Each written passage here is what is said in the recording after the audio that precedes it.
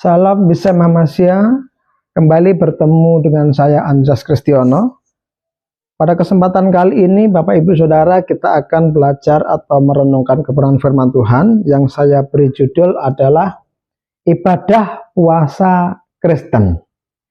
Di zaman sekarang ini kalau kita mau jujur, ya, semua orang Kristen pasti akan menyetujui apa yang saya katakan, yaitu bahwa ibadah puasa sekarang sudah banyak ditinggalkan oleh umat Kristen, ya.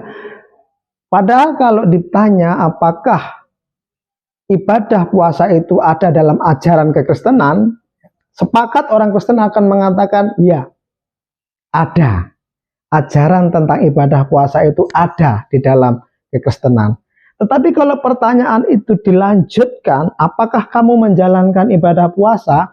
Maka sebagian besar umat Kristen akan menjawab, saya tidak menjalankan ibadah puasa itu. Atau ada yang menjawab, saya menjalankannya hanya kalau saya ingin saja. Kalau pas lagi pengen, kalau pas lagi ada keinginan, ada kemauan, ada tergerak hati saja, ya. Maka miris sekali, ya, kalau kenyataannya ibadah puasa ini di zaman-zaman sekarang ini sudah semakin ditinggalkan.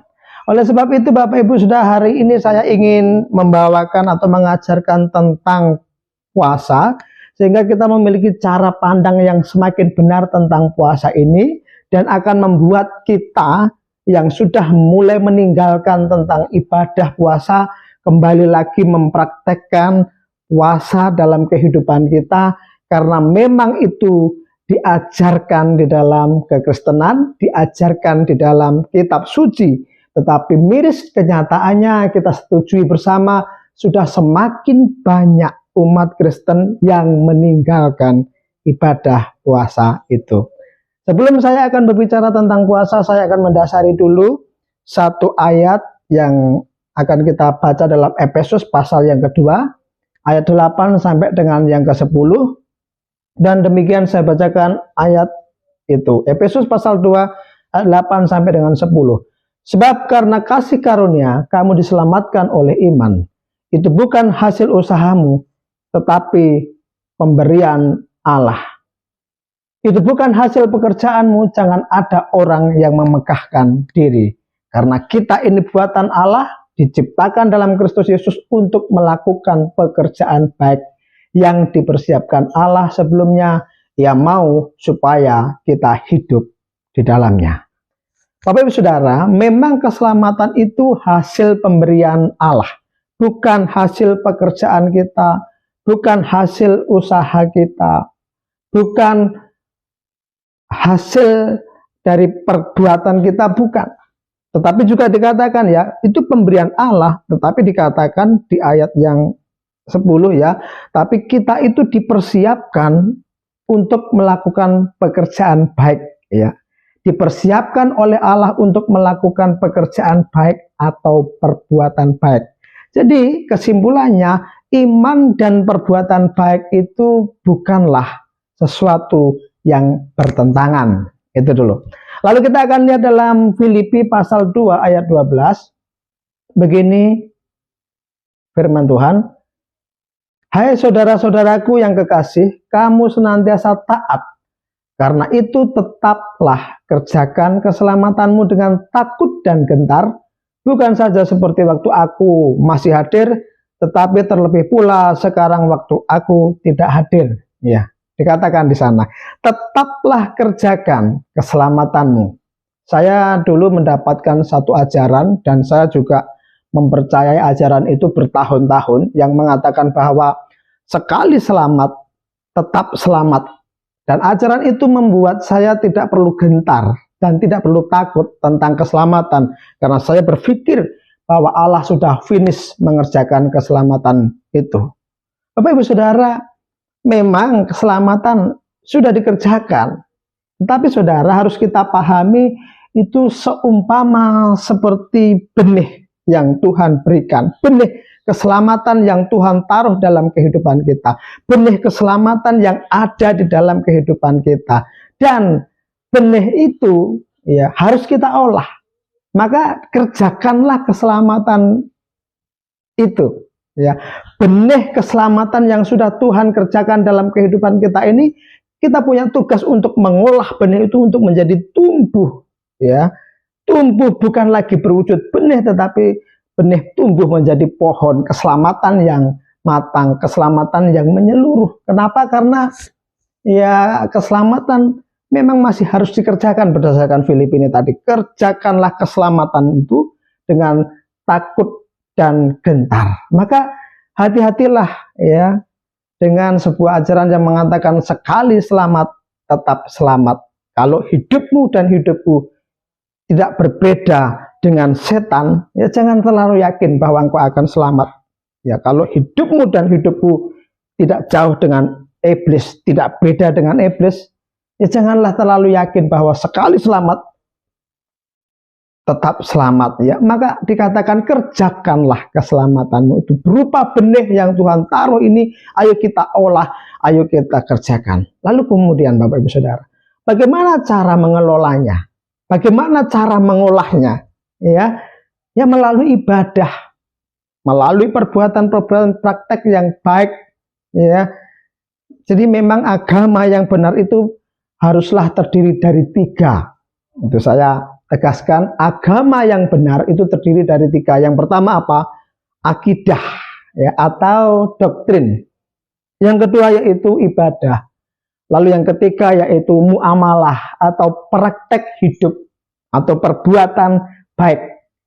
Salah satu hilang, maka runtuhlah agama itu. Agama tanpa doktrin maka tidak akan punya pegangan. Agama tanpa ibadah maka itu hanya akan menjadi sebuah filsafat, ya. Agama tanpa praktek perbuatan baik itu hanya akan menghasilkan sebuah kemunafikan. Perbuatan baik tanpa ibadah itu hanya menghasilkan moralitas, ya. Jadi harus ada ketiganya itu, kelengkapan kehidupan iman, harus ada doktrin, harus ada ibadah, dan juga harus ada praktek perbuatan baik, ya. Jangan ada salah satu yang dibuang dan yang ditinggalkan. Bapak Ibu Saudara, memang dasar keselamatan itu adalah pemberian Allah yang kita terima melalui iman.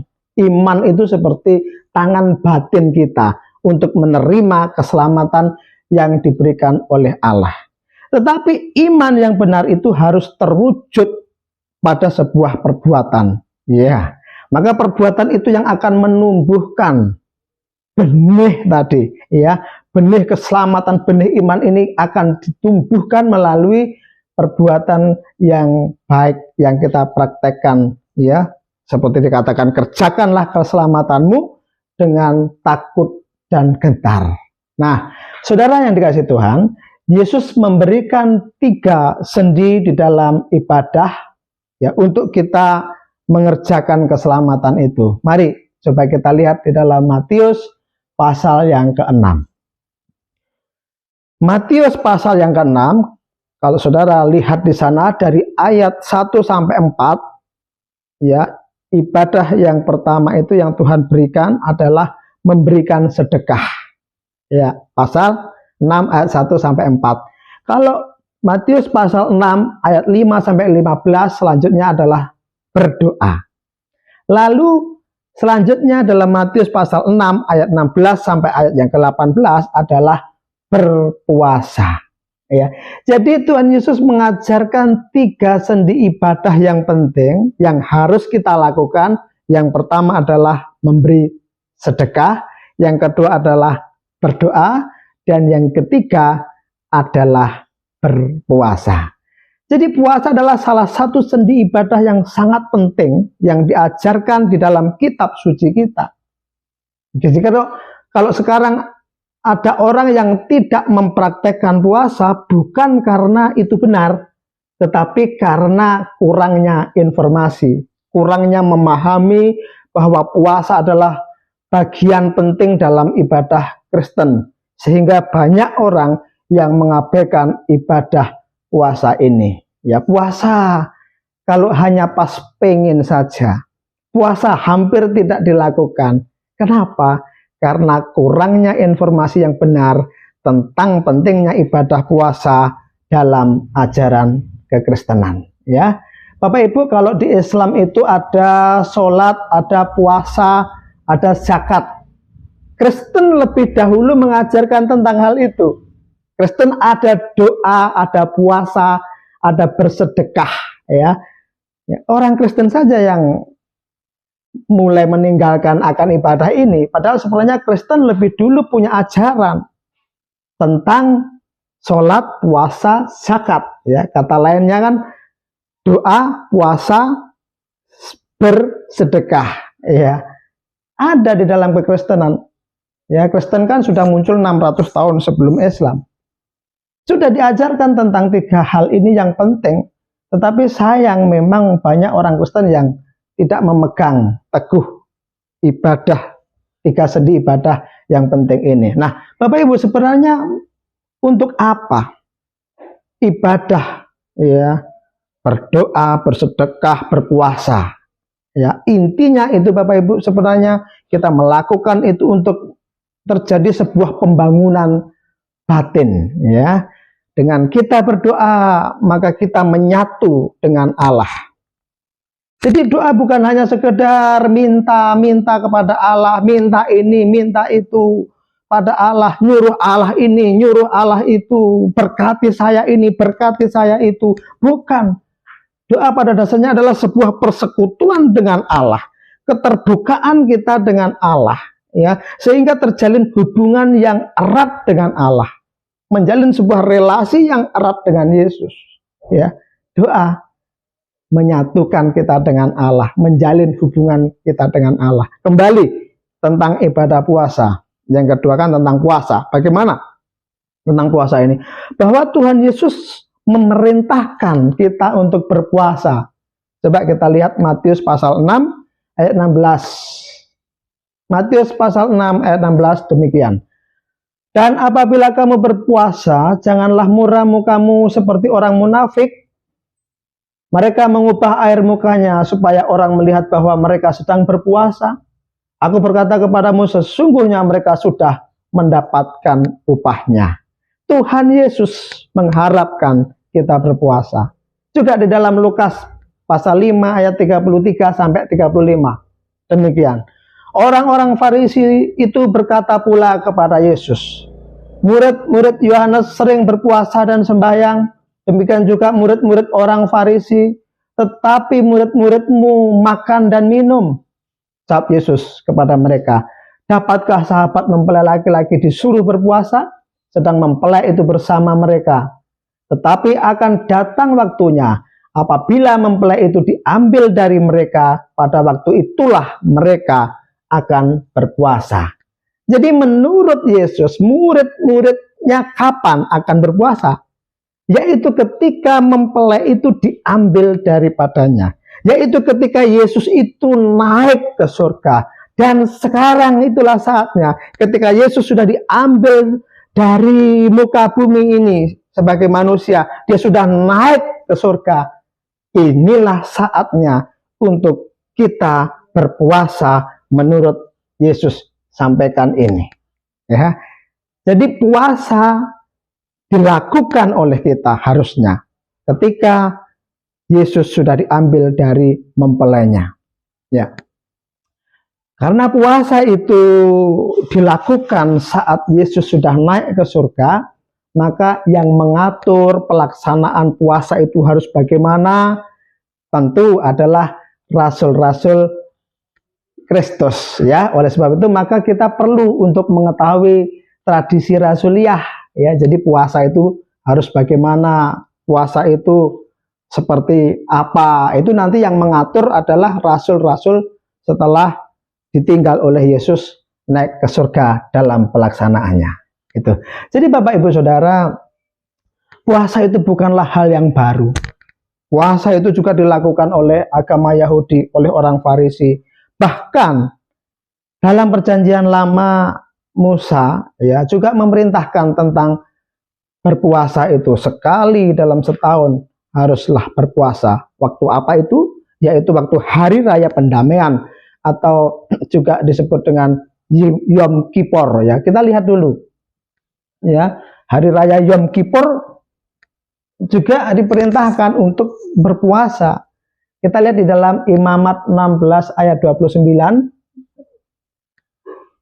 Imamat 16 ayat 29, inilah yang harus menjadi ketetapan untuk selama-lamanya bagi kamu, yakni pada bulan yang ketujuh, pada tanggal 10 bulan itu, kamu harus merendahkan diri dengan berpuasa dan janganlah kamu melakukan sesuatu pekerjaan.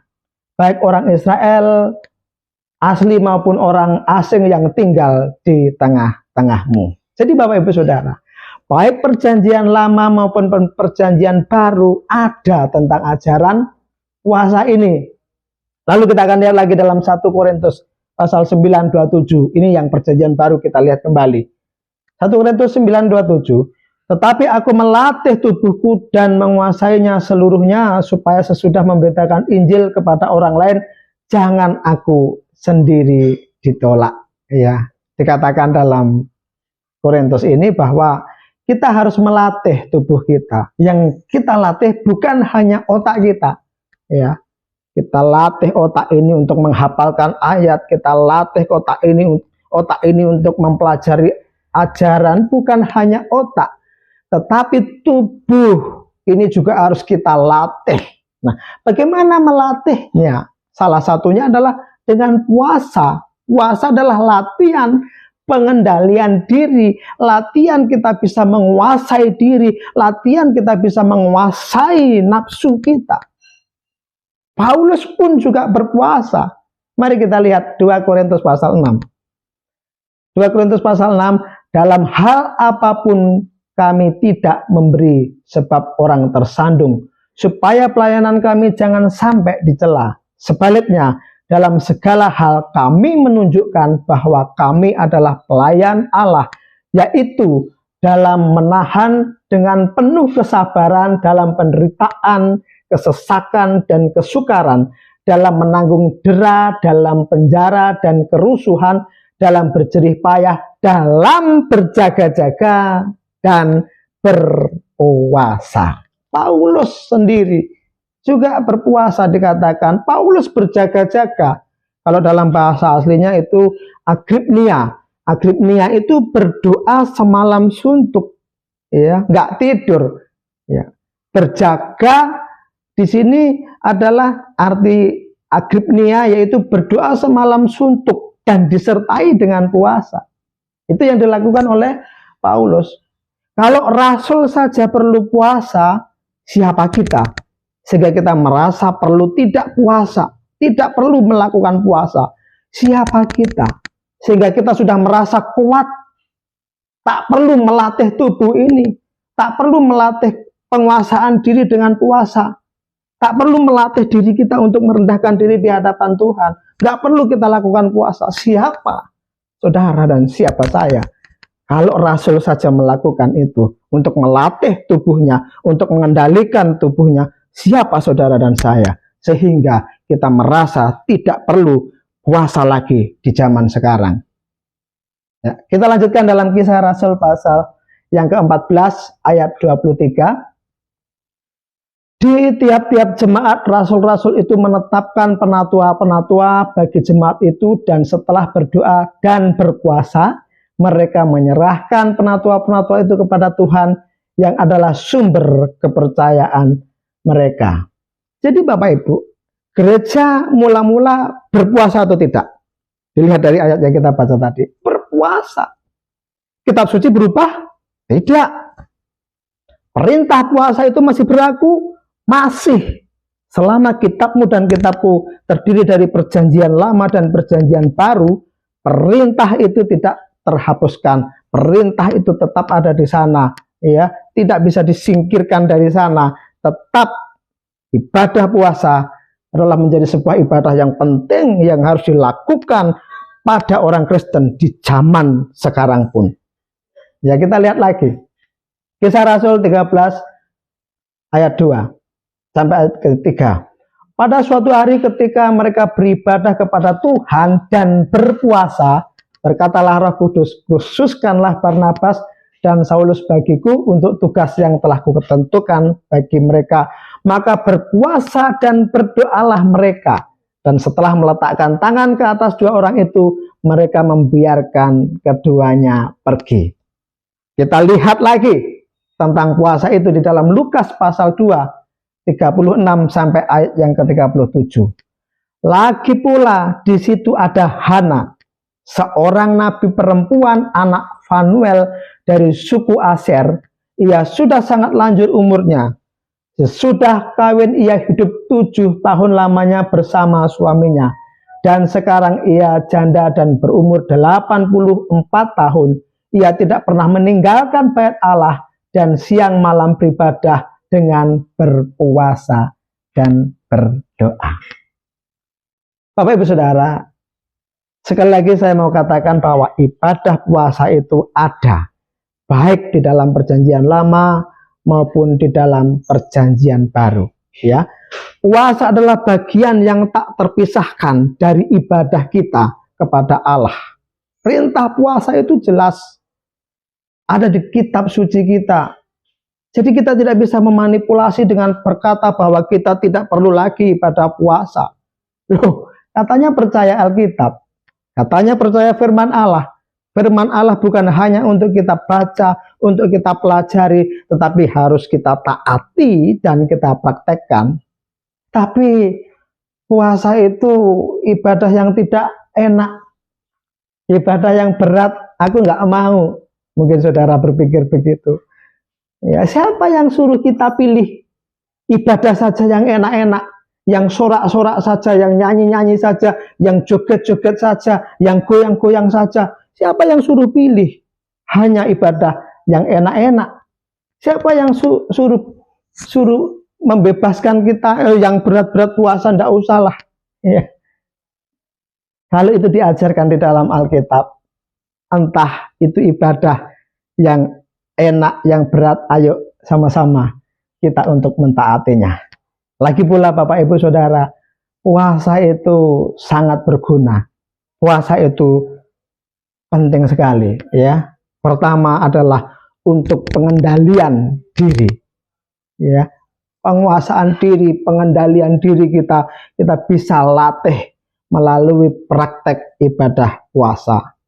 Biarpun kita ini secara status sudah menjadi manusia baru, ya, kita sudah menerima benih ilahi, tetapi kemanusiaan yang dari Adam, kemanusiaan lama kita ini belum total mati, masih hidup, masih sering nongol. Dan inilah seringkali yang menyeret kita kepada keinginan manusia lama yang menajiskan kita. Seperti yang kita lihat mari dalam Markus pasal 7. Markus pasal 7 ayat 20 sampai 23. Katanya lagi, apa yang keluar dari seseorang itulah yang menajiskan. Sebab dari dalam, dari hati orang timbul segala pikiran jahat, percabulan, pencurian, pembunuhan, perzinahan, keserakahan, kejahatan, kelicikan, hawa nafsu, iri hati, hujat, kesombongan, kebebalan. Semua hal-hal jahat ini timbul dari dalam dan menajiskan orang. Ada yang berani mengatakan bahwa kita terbebas dari hal-hal yang najis itu? Ada yang berani bahwa kita sudah tidak lagi ada manusia lama itu berwujud hawa nafsu yang disebut ayat-ayat itu? Kalau kita mau jujur, kita belum terbebas dari itu. Pikiran maupun perbuatan lama kita itu masih muncul. Keinginan daging masih muncul. Itulah mengapa ya terjadilah perselingkuhan bahkan di antara orang Kristen, penipuan padahal orang Kristen. Kenapa? Karena manusia lama itu belum mati total. Dan kitalah yang disuruh untuk mematikan manusia lama itu. Puasa itu salah satu latihan mengatakan tidak pada kehendak diri, mengatakan tidak kepada nafsu jahat, mengendalikan nafsu liar kita. Latihannya dengan apa? Dengan puasa. Ya, tugas kita. Ya, sekalipun kita ini disebut sebagai Manusia baru, sekali lagi semua katakan, manusia lamamu dan manusia lamaku itu masih belum mati total, dia masih sering nongol. Maka tugasmu dan tugasku adalah mematikannya. Salah satunya adalah dengan puasa. Mari kita lihat dulu Kolose pasal 3 ayat yang kelima. Karena itu matikanlah dalam dirimu segala sesuatu yang duniawi, yaitu percabulan, kenajisan, hawa nafsu, nafsu jahat, dan juga keserakahan yang sama dengan penyembahan berhala. Dikatakan, karena itu matikanlah dalam dirimu segala sesuatu tadi, manusia lama itu, ya. Matikanlah nafsu jahat itu di dalam dirimu. Bukan hanya disuruh, ayolah, ya sorak-soraklah, glory, haleluya, lonjak-lonjak ibadah, bukan hanya disuruh itu, tetapi matikanlah nafsu jahat di dalam diri kita ini yang lebih sulit. Pertarungan dengan diri sendiri, ya. Matikanlah dalam dirimu segala yang duniawi. Matikan bagaimana? Ya harus ada terjadi peperangan, namanya kita harus mematikan manusia lama kita. Ya, itu berarti ada peperangan di dalam diri ini. Kalau tidak ada peperangan, melatih tubuh, ya bagaimana bisa mungkin itu mati itu? Keserakahan, kesombongan, keinginan perzinahan, percabulan, ya, hal-hal yang duniawi, bagaimana itu bisa mati kalau kita tidak perangi? Ya. Coba tadi perhatikan apa saja yang harus dimatikan: percabulan, kenajisan, hawa nafsu, nafsu jahat, keserakahan. Untuk mematikan itu harus ada perjuangan.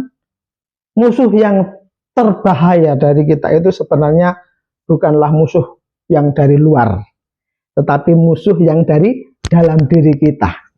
Monster yang sesungguhnya itu dari dalam dada kita sendiri, yang harus kita lawan, ya. Kita harus membuang manusia lama dan mengenakan manusia baru. Ya, manusia baru ini masih berupa benih yang sudah boleh tadi dulu, ya. Ya harus kita perbaharui terus menerus, ya. Jadi perjuangan ini terus menerus kita harus perbaharui, tidak ada henti-hentinya, ya. Sebab itulah maka kenapa perlunya kita melatih tubuh ini dengan berpuasa, ya.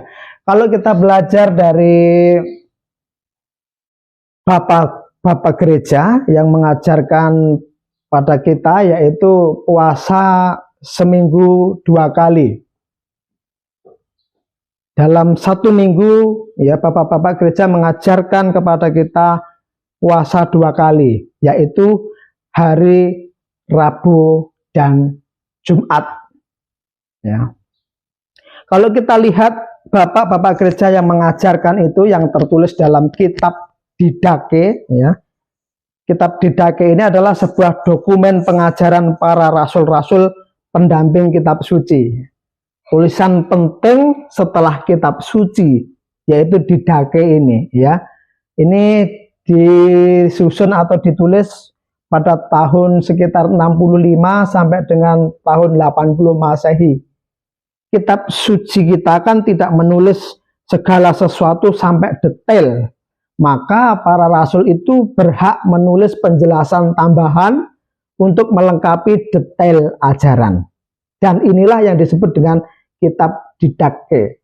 Tentang puasa juga kita temukan penjelasan detail pelaksanaannya. Saya akan coba untuk kita membaca kitab Didache itu yang menjabarkan atau yang menunjukkan atau mengajarkan secara detail pelaksanaan puasa. Itu terdapat di dalam kitab Didache ayat 8, berbunyi begini. Didache pasal 8 maksud saya. Tetapi janganlah puasamu seperti orang munafik, ya, dalam kurung Farisi, karena mereka hanya berpuasa pada hari kedua. Hari kedua artinya hari Senin, dan kelima, hari kelima artinya hari Kamis dalam 1 minggu. Sebaliknya berpuasalah pada hari keempat. Ini anjuran, arahan dari Rasul, ya, supaya di hari keempat, yaitu hari Rabu, dan pada hari persiapan Maksudnya itu adalah hari Jumat. Jangan berdoa seperti orang munafik. Sebaliknya seperti yang diperintahkan Tuhan dalam gerejanya. Ini kitab Didache yang menjelaskan tentang pelaksanaan praktek puasa oleh rasul-rasul di abad pertama atau Kristen mula-mula. Mari kita cocokkan dalam Matius pasal 17 ayat 21. Mari kita cocokkan dalam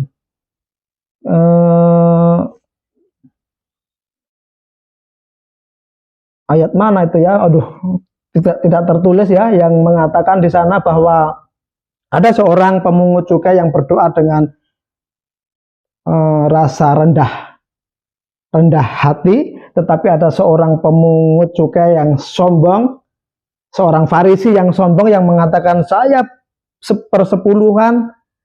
melakukan persepuluhan, saya melakukan ibadah puasa 2 kali dalam seminggu. Ya, nanti coba cari ya itu ayatnya, karena ini tidak tertulis ya, kelupaan saya nulis ayatnya di mana, yang mengatakan bahwa orang Farisi ini puasa 2 kali seminggu. Sama, memang pada waktu itu di dalam agama Yahudi atau orang Farisi, mereka melakukan ibadah yaitu puasa hari Senin dan hari Kamis. Nah, itu diikuti sampai sekarang oleh orang Muslim ya, orang Islam juga melakukan ibadah, yaitu ibadah puasa hari Senin dan juga hari Kamis. Lalu oleh Bapak Gereja, oleh orang Kristen mula-mula diperbaharui menjadi hari Rabu dan hari Jumat yang terdapat di kitab Didache pasal 8 tadi ya. Hari Rabu dalam rangka apa itu? Kita berpuasa memperingati Yesus yang ditangkap ya. Yudas Iskariot mengkhianati, lalu Yesus ditangkap di hari Rabu. Hari Jumat kita berpuasa juga memperingati saat Yesus mati di atas kayu salib. Ya, itu salah satu praktek pelaksanaan puasa, karena kitab suci hanya menjelaskan secara umum bahwa berpuasa itu masih harus dilakukan. Lalu praktek pelaksanaannya terdapat di mana? Di dalam tulisan rasul-rasul ya. Kalau kita lihat dari tradisi rasuliah, yaitu salah satu adalah lakukan puasa di hari Rabu dan di hari Jumat ya. Lalu bagaimana pelaksanaannya? Dalam perkembangannya juga diatur. Kita harus belajar juga dalam sejarah.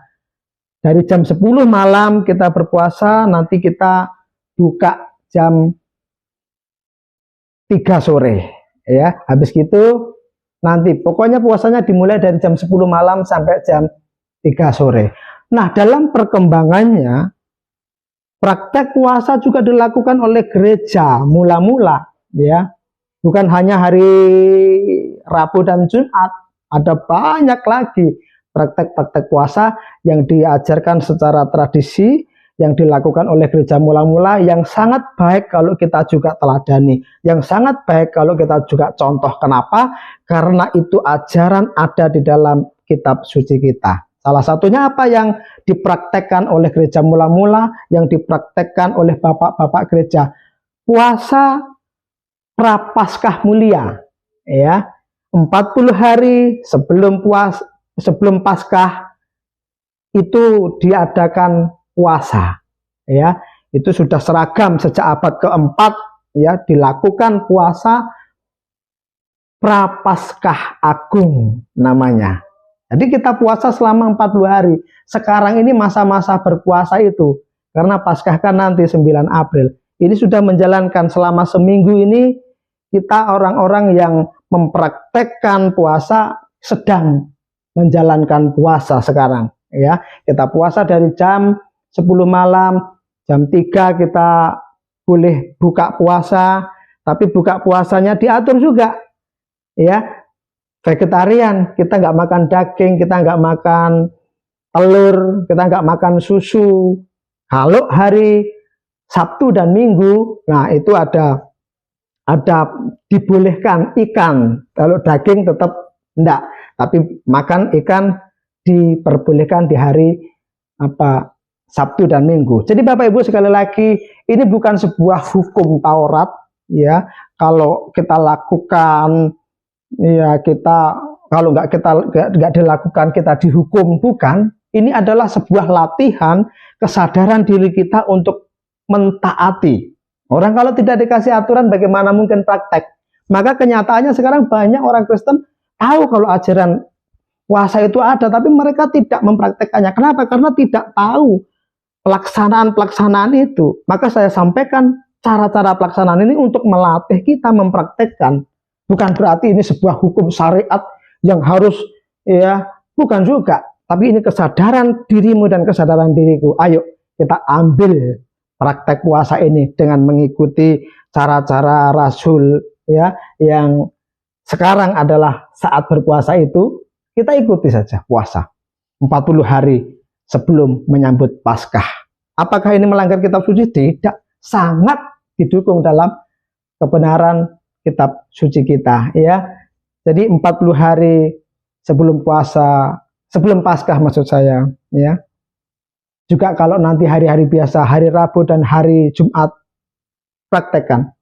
Saya percaya melalui itu semua dampak positif itu akan ada. Pengendalian diri kita, kedekatan kita dengan Allah semakin dapat kita rasakan, ya. Justru di zaman-zaman modern seperti ini, godaan setan yang membuat nafsu kita menjadi liar semakin tinggi. Obatnya itu apa? Ya itu tadi, latihan puasa. Jangan justru di zaman modern itu dibuang, itu dihilangkan. Itu hanya, kalau dihilangkan hanya akan membangkitkan manusia lama kita. Tetapi dengan kita melatih diri melakukan puasa, mengikuti, belajar mentaati cara pelaksanaan puasa itu melatih kita untuk mematikan nafsu kita, melatih kita untuk mengendalikan kehendak kita, melatih kita untuk merendahkan kita di hadapan Allah, ya. Apalagi kalau kita perhatikan, dikatakan juga dalam kitab suci kita, ada mengatakan roh jahat yang tidak bisa diusir kecuali dengan doa dan puasa. Roh jahat ini meliputi roh jahat yang merasuki orang lain maupun merasuki diri kita. Ya, kadang-kala kita tidak sadar dirasuki juga oleh roh jahat itu. Ya, kalau roh jahat merasuki kita bukan hanya membuat gila, tidak harus roh jahat itu merasuki orang dan membuat dia gila. Roh jahat merasuki kita untuk membuat kita menjadi punya motivasi yang jahat, punya nafsu yang jahat, punya batin yang jahat, hati yang jahat. Seringkali kita mau lawan susah, kita mau singkirkan susah, ya. Maka firman Tuhan katakan roh ini tidak bisa diusir kecuali dengan doa dan puasa. Ayolah coba praktekkan puasa itu supaya roh-roh jahat yang kuat, yang menempel, yang mempengaruhi karakter kita menjadi buruk, karakter kita menjadi jahat melalui latihan puasa, maka ya itu akan terusir. Kita tidak lagi kerasukan roh-roh jahat yang membuat kita berkarakter jahat, ya. Bapak Ibu, kalau kita tidak berpuasa, kalau kita tidak mempraktekkan puasa, kita akan kalah. Iblis itu akan merasuki hatimu dan hatiku, batinmu dan batinku. Kita dikompor-kompori untuk melakukan, untuk bertindak sesuatu yang jahat, ya. Pikiranmu, kehendakmu, ya, dikompor-kompori oleh setan ini. Jadi kita akan kalah. Kita terus akan menjadi orang yang kalah kalau untuk melawan itu, kalau kita tidak melatih, ya, kita tidak melatih diri ini, melatih menang dalam peperangan ini. Kita puasa saja kadang-kala bukan berarti kita langsung menang juga, enggak. Peperangan ini bukan peperangan yang ringan, ya. Tapi apalagi yang puasa saja masih bisa kalah, apalagi yang tidak. Ini loh persoalannya. Yang puasa saja manusia lama itu masih sering nongol, apalagi yang tidak. Maka jalankanlah puasa sebagai latihan untuk memunculkan manusia baru dan untuk mematikan manusia lama. Ya, jangan gunakan puasa untuk meminta sesuatu tertentu. Ya, banyak orang Kristen itu berpuasa hanya kalau sedang punya masalah, kalau sedang punya keinginan besar. Nah, bukan itu tujuan utama berpuasa. Loh, kok Tuhan dijadikan budak disuruh ini untuk mewujudkan kemauan kita dengan puasa? Tujuan terutama puasa bukan untuk itu. Kalau dengan puasa terus ada mujizat, ya bersyukurlah kalau kita alami. Tapi tujuan utama puasa adalah untuk mematikan manusia lama kita, untuk mengendalikan diri kita, untuk mematikan nafsu kita. Ya, itu tujuan utama, untuk melawan roh-roh jahat yang merasuki kita, untuk melawan roh-roh jahat yang membujuk hati batin kita ini. Ya, makanya seringkali puasa Kristen itu selalu disertai dengan doa. Ya, karena dengan berpuasa itu akan mempertajam doa kita, ya, mempertajam kedekatan kita dengan Allah, mempertajam doa kita. Memang dengan berpuasa kita bisa menjadi semakin, doa-doa kita semakin terjawab. Tapi sekali lagi tujuan utama bukan itu. Tujuan utama adalah pengendalian nafsu di dalam diri kita ini. Ya, kita belajar menolak keinginan nafsu yang jahat. Ya. Nah, Bapak Ibu Saudara, memang harus kita sadari bahwa ada dua dimensi alam dalam kehidupan ini, ya. Itu juga yang menjadi pentingnya, harusnya kita menjalankan puasa. Coba kita lihat dulu Kolose pasal 1 ayat 16. Karena di dalam Dia telah diciptakan segala sesuatu yang ada di surga dan yang ada di bumi, yang kelihatan dan yang tidak kelihatan, baik singgasana maupun kerajaan, baik pemerintah maupun penguasa. Segala sesuatu diciptakan oleh Dia dan untuk Dia. Jadi saudara, dari ayat ini kita dapat ketahui memang ada dua alam. Alam yang kelihatan, yaitu alamnya kita ini, dan alam yang tidak kelihatan, yaitu alamnya malaikat dan juga alamnya kerajaan angkasa, ya, kerajaannya setan. Mereka mempunyai dimensi yang berbeda. Nah, dengan puasa, maka puasa itu mempertipis jarak dimensi kita dengan yang tak terlihat itu. Makanya kalau orang kafir, mereka kalau puasa juga bisa membuat mereka bertemu dengan roh-roh yang macam-macam aneh-aneh itu. Memang itu mempertipis jarak dimensi itu. Tapi kalau kita berpuasa itu juga bisa mempertipis jarak kita dengan alam yang tak terlihat itu, ya, mempertipis daging kita sehingga semakin dekat dengan dimensi yang tak terlihat itu. Maka Bapak Ibu Saudara, ya, penting untuk kita melakukan puasa. Hidup Kristen ini ada usaha untuk melawan nafsu. Puasa adalah pengendalian diri untuk perendahan diri kita kepada Allah dan untuk melawan roh-roh jahat.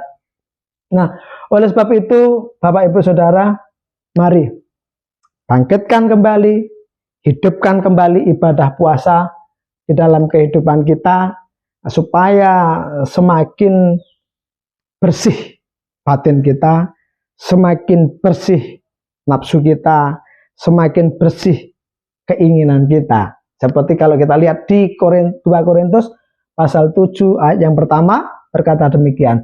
Saudara-saudaraku yang kekasih, karena kita sekarang memiliki janji-janji itu, marilah kita menyucikan diri kita dari segala pencemaran jasmani dan rohani, dan dengan demikian menyempurnakan kekudusan kita di dalam takut akan Allah. Marilah kita menyucikan diri kita, ya.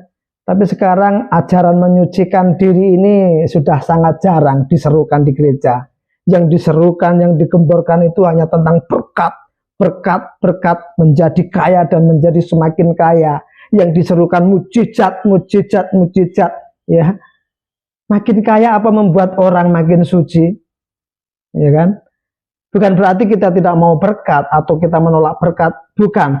Tapi bukan itu panggilan kita. Kita bukan dipanggil untuk itu. Bukan kita tidak mau mujizat, ya. Tetapi itu bukan inti Injil. Intinya adalah pembersihan hati kita. Kita menyucikan hati ini, ya.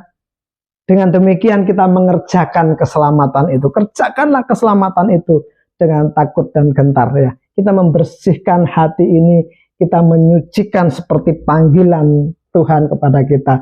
Marilah kita menyucikan dari pencemaran jasmani dan juga pencemaran rohani tadi kalau kita baca, ya.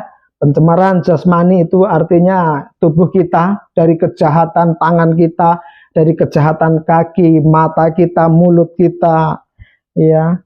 Kita harus terbersihkan dari pencemaran itu. Pencemaran rohani artinya batin kita, perasaan kita, niat kita, motivasi kita. Hendaklah kita bersih dari pencemaran jasmani dan rohani. Jadi ada perjuangan.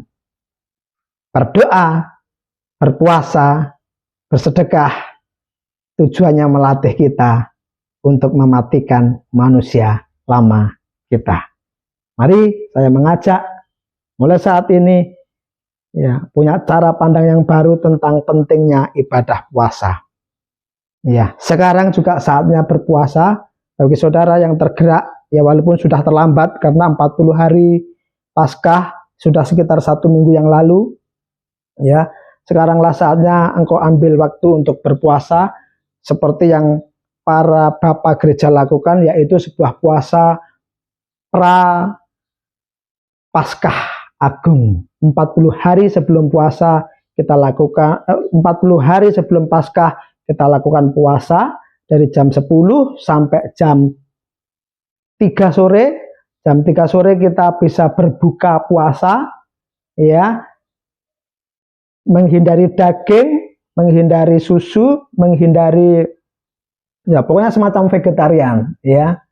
Lalu kalau hari Sabtu dan hari Minggu diizinkan makan ikan, tapi untuk daging tidak. Ya, ini hanya sebuah metode untuk kita mentaati, belajar untuk mengendalikan keinginan nafsu. Bukan hanya soal makanan sebenarnya. Karena di saat kita berpuasa kita juga harus mengendalikan hal-hal yang lain. Mengendalikan mata, mengendalikan mulut, mengendalikan pikiran, ya. Dan saya percaya ketika Bapak Ibu mau ambil keputusan untuk saya kembali mempraktekkan puasa, maka puasa itu akan membentuk karaktermu demi hari semakin seperti Kristus, ya. Dalam puasa itu Bapak Ibu, perut yang kosong, ya, membuat kita semakin tergantung. Dalam kelemahan itu kita semakin bergantung kepada Tuhan, ya. Kita boleh bisa merasakan semakin dekat dengan Tuhan. Kita boleh semakin hilang keinginan-keinginan jahat. Memang tidak langsung. Jangan berpikir kalau saya ini berpuasa sekarang, tapi kok saya masih banyak muncul hal-hal yang jahat. Tidak, proses itu latihan, ya. Latihan ini ada peperangan dalam diri ini antara manusia lama dan manusia baru. Dengan praktek puasa, ya, itu akan mematikan manusia lama kita dan memunculkan manusia baru kita. Ayo, sampai ke Paskah nanti 9 April kita lakukan puasa, ya. Setelah itu kembali hari Rabu dan hari Jumat seperti yang diajarkan oleh Rasul, ya, kita melaksanakan, bentuk pelaksanaannya seperti itu. Mari kita praktek dan selamat berpuasa. Selamat menikmati munculnya manusia baru dan selamat mengalami semakin matinya manusia lama dengan salah satu cara, yaitu praktek ibadah berpuasa. Puji Tuhan, kiranya boleh memberkati. Tuhan memberkati dan salam alaikum bisem hama saya.